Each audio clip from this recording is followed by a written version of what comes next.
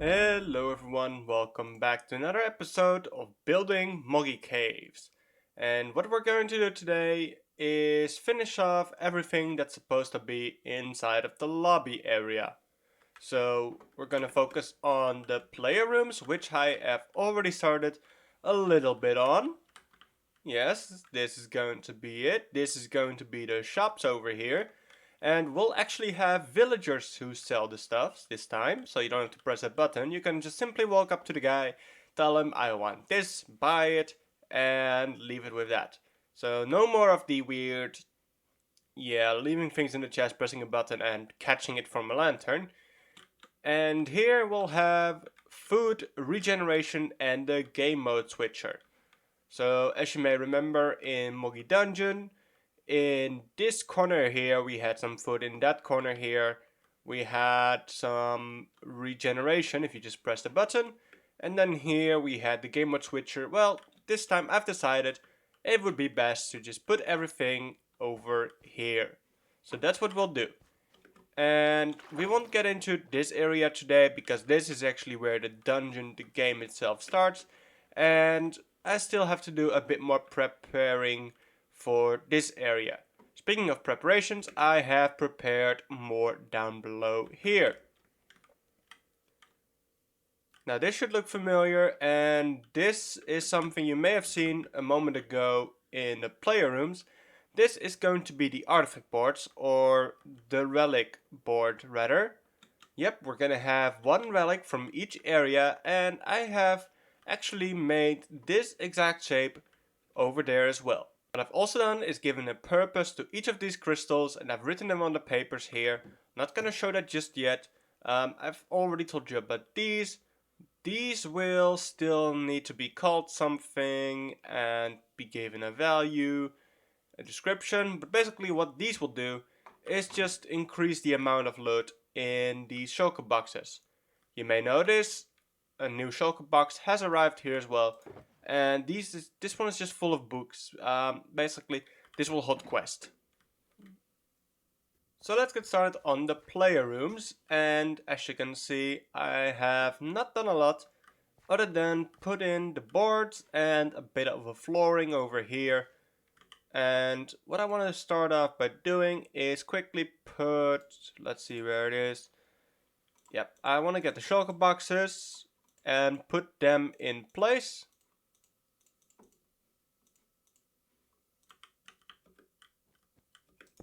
And this is where I'm going to leave everyone's keys, of course.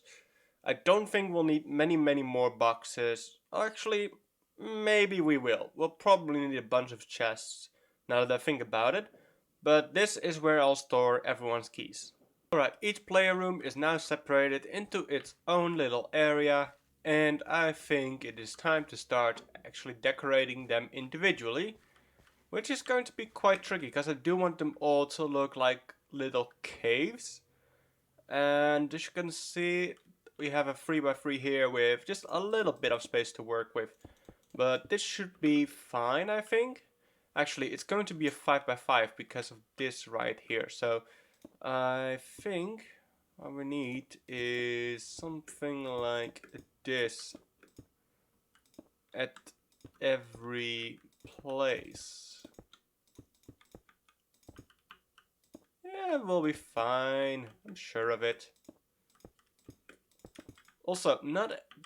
Okay, so these caves are going to be also color specific in the way that I'm going to make them like a red cave here, an orange cave here, a lime cave here.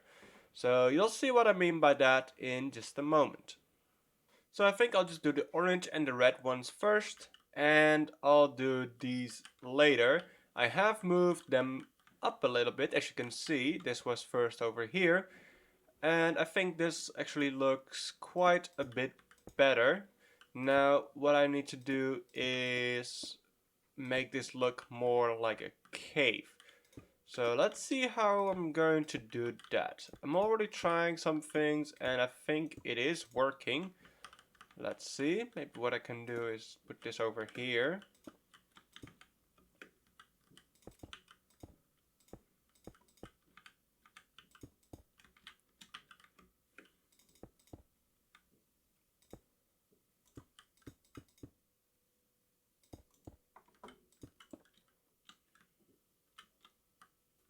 Alright, and these are the player rooms. So here we have orange and here we have red.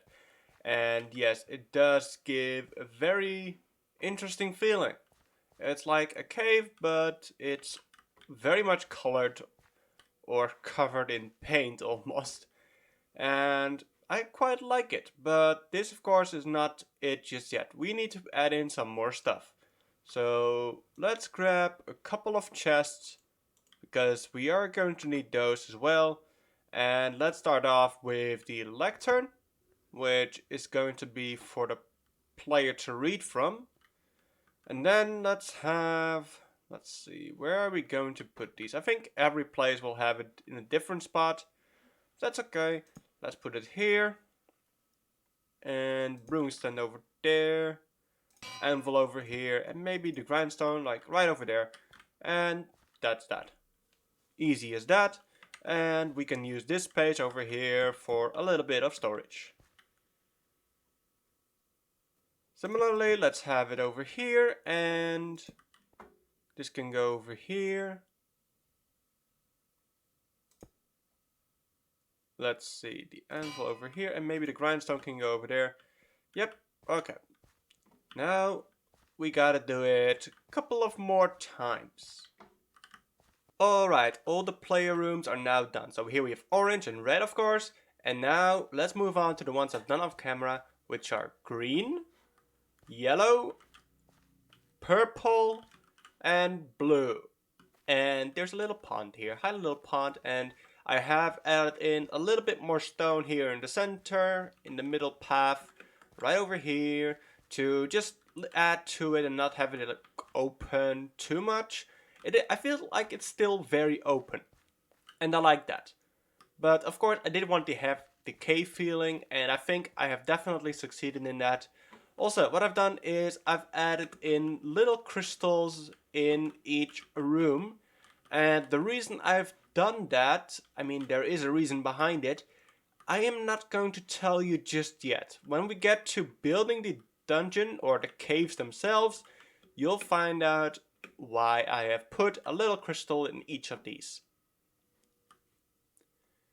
Anyway, I kind of want to move on to the shops now, and I'm just going to start building this, but what I envision is little market stalls that are not too big, maybe like 5 by 5, something like, not even 5 by 5, because of course we're not gonna need that much space in that direction, but yeah, for probably 5 or something like that. I think this will be good enough actually. And yep, the villagers are going to be somewhere over here, and they are going to be trading this stuff with us. But let's actually build this first. Alright, here we have our little villager market deep in a cave, and I've put some MFAs at the end of it, but now it's time to put in the villagers. And, well, we could simply put in a villager, but that's not gonna give us the trade that we want. As we can tell, he doesn't even have a profession right now. So this guy, yep, he's not going to work. But this villager right here, however, he will sell us the crystals for the coins. And we can try with regular emeralds. Let's see, 64 emeralds, that should be enough. Let's put it in, and nope, we're not getting anything. We really need to put in the coins to get, for example, the earth crystals, etc. So this is the kind of villager that we need. And the way we make them is by putting their trades into a chest. So let's try with the next one. Okay, so what we're going to do is get small, medium, and large amethyst keys all up in there. And let's quickly check the prices again. So 5 for the small, 10 for the medium, and 20 for the large. Okay. So let's see. That's going to be 1, 2, 3, 4, 5. Then we're going to put 10 over here. And then we're going to put 20 over here. So in the top row, we have the main trade, secondary trade, and then the item that you're going to get for it. So if I, for example, were to put an earth crystal here, we would have to pay 5 coins and an earth crystal to get the small amethyst key. However, it's only going to be this right here. So that's the only traits that the villager's going to get. So let's summon him in. Not sure why this villager decided not to get its trait, but let's try it again. Yep, there we go. Villager trait initialized. And no, this is not vanilla. This is actually a data pack we have on the server that I predicted we would need because, well, I wanted to use this. So as we can see now, this villager will have the trait 5 coins for a small amethyst key, medium key for 10, and 20 for a large. And in case you're wondering how many can I buy, well, you can buy pretty much an infinite amount of this. And I doubt we will need to buy that many more in one time, because let's be honest, who's gonna buy this many things at once? Maybe food, but nah, even that I don't think we'll have that many purchases at once. So yes, these are the villagers that we are going to get and put in the market over there.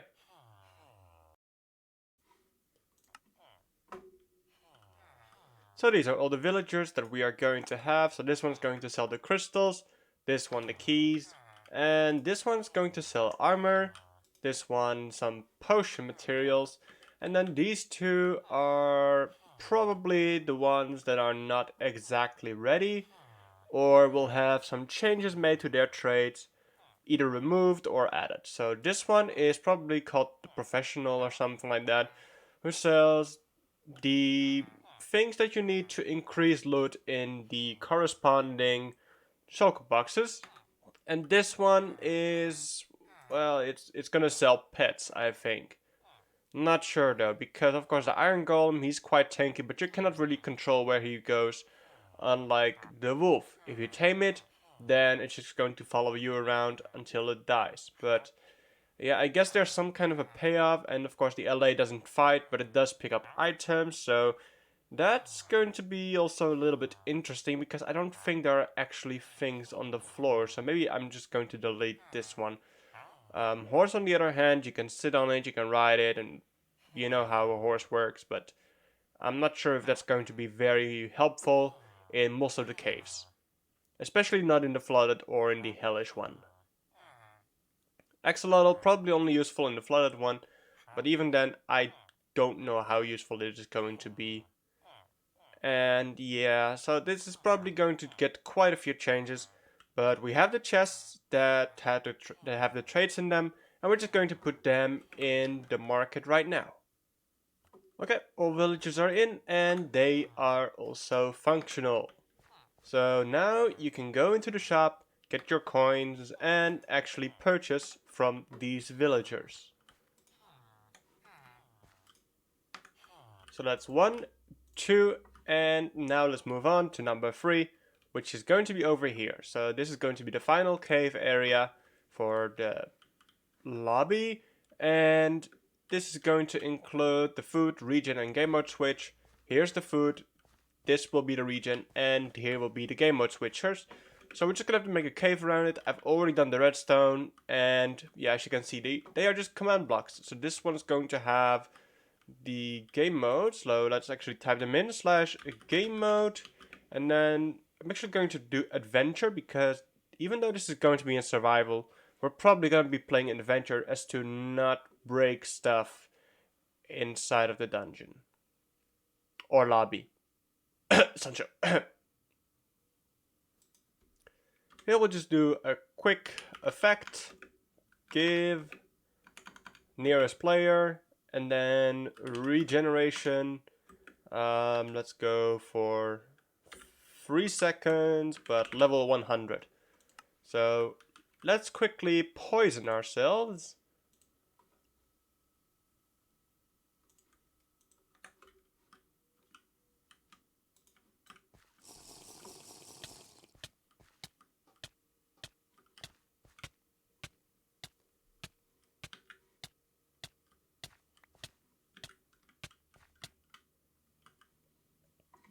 Okay, we've got 10 more seconds left.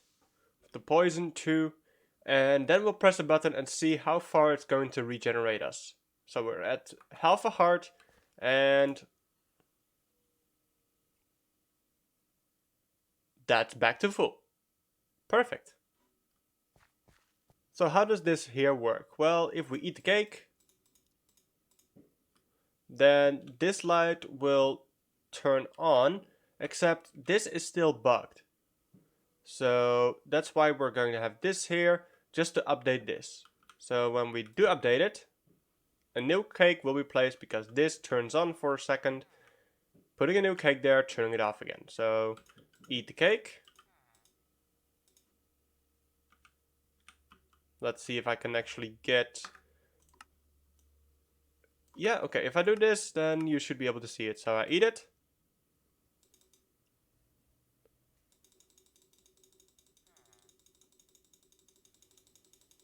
See, and it just places a new cake every time I finish eating it.